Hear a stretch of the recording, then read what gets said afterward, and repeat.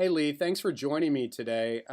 Kenneth Carano and I have been writing and reading a little bit about video conferencing lately, and we wanted to bring in a practitioner who is teaching in the schools and using video conferencing for a variety of purposes. So, can you just tell us a little bit about where you're teaching now? Sure, absolutely. I work for the Avon-Maitland District School Board in southwestern Ontario in Canada, and I've been a teacher for 12 years, working in the intermediate and primary division. I now work full-time as a technology coach supporting tech-integrated learning for AMDSB.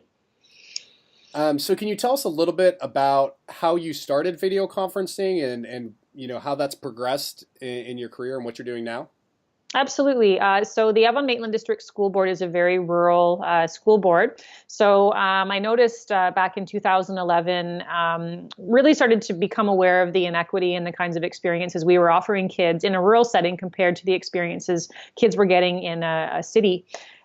Just simply based around, our geographic location really had become a barrier to going out and learning about the world in the world. So I started looking at ways to creatively bring that field trip experience into my classroom. And I was also looking for ways to connect my kids with other kids from different cultures around the world. And video conferencing at the time was something that I was using for online courses. And I was looking for ways to apply that in my classroom. So we started connecting with classes around the world through the work we were doing in social studies. And we basically, spent our time looking for classes in different places who wanted to connect with us and learn about what it was like to live here in Ontario. And in turn, we exchanged information with classes about what it was like to live in different places around the world. So I think that's actually how we connected, Dan. You had found a post I'd written about our tour around the world. And within 6 months' time, we had connected with classes in over 12 different countries, and had the opportunity to learn firsthand from people in those countries what it was like to live there. And from that point on, I was hooked, and I started to explore other ways to use this kind of technology to bring experts into the classroom as well. And so you started the Digital Human Library because you felt a need to connect people together to be able to do video conferencing? Yes, absolutely. So the Digital Human Library is a free educational resource for teachers that creates opportunities for you to connect your class with experts around the world who are offering free educational programs, Q&As, really any type of experiential learning opportunity that is centered around building relationships and learning through relationships and connections. And you can register and log into the library and search for experts in all curriculum subject areas who want to connect with you, support you in the classroom, and enrich the kinds of inquiry-based learning opportunities you're providing for kids. Well, it's an incredible idea, and I remember being so impressed when I came across your blog post how you were using video conferencing essentially as a passport to the world for your students within your small community. So when Kenneth and I kind of reviewed the ways that we've found other educators using video conferencing for global citizenship education, we kind of identified three different areas. The first area being intercultural experiences, kind of like the pen pal approach, right? You engage in video conferences to learn about each other. And so that's like the primary purpose of it.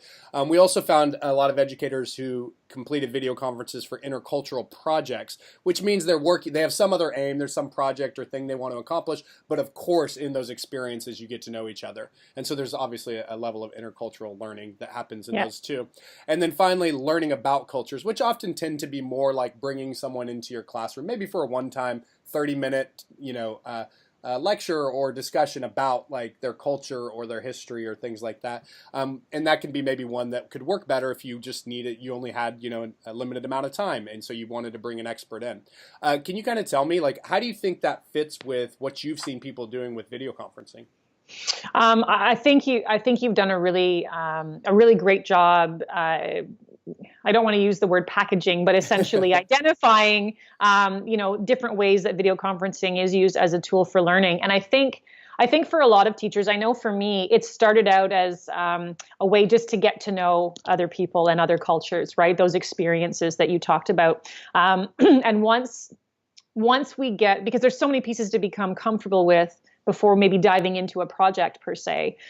So, having those experiences where we connect to learn about each other more often than not may evolve into a conversation about, okay, how can our classes work together on something now? Mm-hmm. How can we move past just kind of getting to know you on the surface and actually working with you and seeing how our different experiences, just simply based on the fact that we live in different parts of the world and come from different cultures, how that impacts the way we might learn the same concept.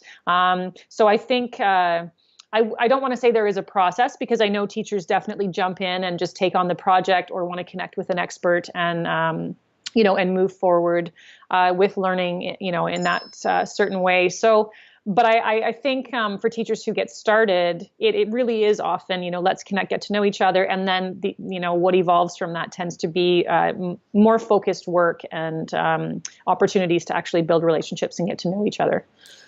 Finishing up, can you just do you have any advice that you would give for social studies educators who are looking to use video conferencing as a vehicle for global citizenship education, and any particular just problems you've had, or just some highlights of like what's kind of been the best experiences that you've had? Absolutely. I guess my biggest one something I would put out there is that you don't have to create all of this stuff yourself. There are some fantastic resources that have already been created that allow you to, jump into a project and connect with kids all over the world without you having to create that yourself. The Center for Global Education being really one of my most favorite places to send people, where you can get your kids involved in projects relating to social justice issues around the world, really hot topics that are meaningful for kids, that are real life. And by just simply signing up for one of their projects, you have a chance to work and connect with classes all over the world on a topic that's really meaningful. And your voice is heard, in the real world, because you're connected with experts as well throughout that process. So there are lots of great spaces like that designed to support teachers who want to engage their kids in this kind of learning. And speaking from experience, it's so much more engaging and meaningful for kids when we teach them the value in using this kind of technology, not only for the learning, but to build relationships. Mm-hmm. Because it's through those relationships that they are going to have a chance to do even more learning and connect with more people. So I think there are a number of benefits to connecting this way. And, for those that are new to using this kind of technology, the click of a button, after a link's been sent to you, here we are and we're connected. So it's no longer the complicated process that it used to be. And there's lots of resources on my site and other sites that can support you through that process as well. Well, Leigh, thanks so much for joining me today, video conferencing as we're doing, and I'm glad that I've been able to connect with you and start to learn from you. So, well, I much appreciate it, and I've really enjoyed our connection as well. Thank you. Thank you, Leigh.